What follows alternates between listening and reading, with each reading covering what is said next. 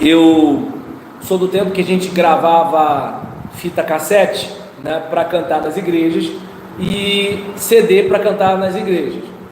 E assim, e as coisas que eu vi nos estúdios e os cantores que faziam back vocal, né, todo mundo de igreja, né, e assim algumas situações, e na minha vivência, né, com cristãos, assim, eu olho para algumas situações e eu vejo que assim, tem situações em que Satanás está, apesar de toda uma ritualização, né, em que assim se aponta para Deus.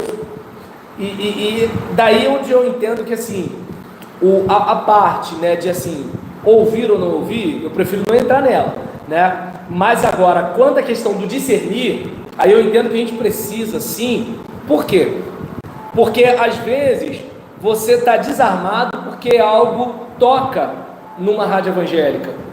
Mas assim, se a gente for pensar em influência maligna, é muito comum, na minha experiência religiosa, de você ver situações em que, em nome de Deus, a gente pode estar fazendo algo para o diabo, entende? Seja na pregação, na tal da ministração do louvor, na reunião de oração. Então, assim, é muito comum, né? Eu por exemplo, falo até muito isso na minha igreja, né? Que assim, quando a gente pensa em idolatria, a gente pensa numa outra religião que não a nossa. Quando a gente pensa numa ação diabólica, a gente pensa numa religião que não a nossa.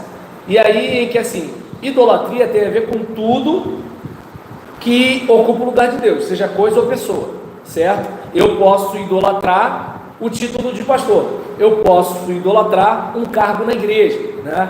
E a ação diabólica, ela pode estar em qualquer coisa que vai colocar a gente na contramão de Deus. Eu manipular as pessoas da minha igreja, há uma ação satânica ali, apesar de eu estar lendo a Bíblia, de eu estar orando, às vezes aquela oração mandada, né? Então assim, não estou dizendo que acontece com vocês, entende? Mas estou falando assim, ó, por alto, entende? Tu tá entendendo? Esse daí é o cara que pede para Deus fazer justiça, né? Então, é um tipo de coisa que assim, eu particularmente quero me deter aqui na questão de que, embora, né, as pessoas elas possam não ser salvas e não irem para o céu, não terem uma eternidade com Deus, mas que elas têm alguma coisa de virtude para passar para a gente. É como, por exemplo, quando eu leio o livro A Revolução dos Bichos, de George Orwell, e ele faz uma crítica à Revolução Bolchevique, e ele não era um cara de direita, ele não era um cara liberal, e ele acreditava no movimento. Só que o que acontece? Ele percebeu que as pessoas que lideravam o movimento, elas disseram, olha, a gente vai acabar com o mal é o outro.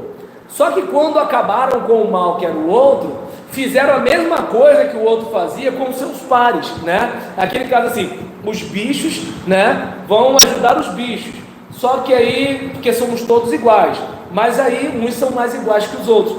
E aí, nessa situação, por exemplo, você vê, não é um cara evangélico, não é um cara que defende a mesma fé que eu, mas não tem como não ver algo de Deus ali quando o cara ele é contra a opressão, quando ele é contra a manipulação, quando ele é contra a exploração. Então, assim, eu estou dizendo que é para as pessoas lerem isso na igreja? Não, é que nem quando aquela Priscila Alcântara compôs aquela música Girassol.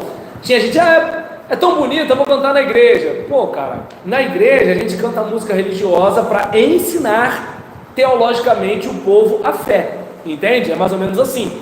Agora, por exemplo, quando você tem uma composição, né, que é dirigida a alguém que está sofrendo, então você percebe que assim, há uma empatia de alguém que se importa com alguém e escreve uma poesia. Eu estou dizendo que vai ser tudo 100%? Não, porque nem a pregação do pastor da gente é 100%, nem o livro de teologia que a gente lê é 100%, entende? Ou seja, é como eu disse, eu escuto algumas coisas da Damares, escuto, mas até a página 15, entende? Então, ou seja, eu vou, é como por exemplo, tem um hino do cantor cristão que a gente canta, vem, visita a tua igreja, ó bendito Salvador. Vem, visita, o senhor já não está aqui? Para mim está estranho. Mas eu entendo que quando o compositor fala isso, ele fala do tipo, olha, a gente quer sentir, a gente quer perceber, entende? Quando a gente pega, por exemplo, tem um hino do cantor cristão que fala para a gente olhar com simpatia os erros de um irmão.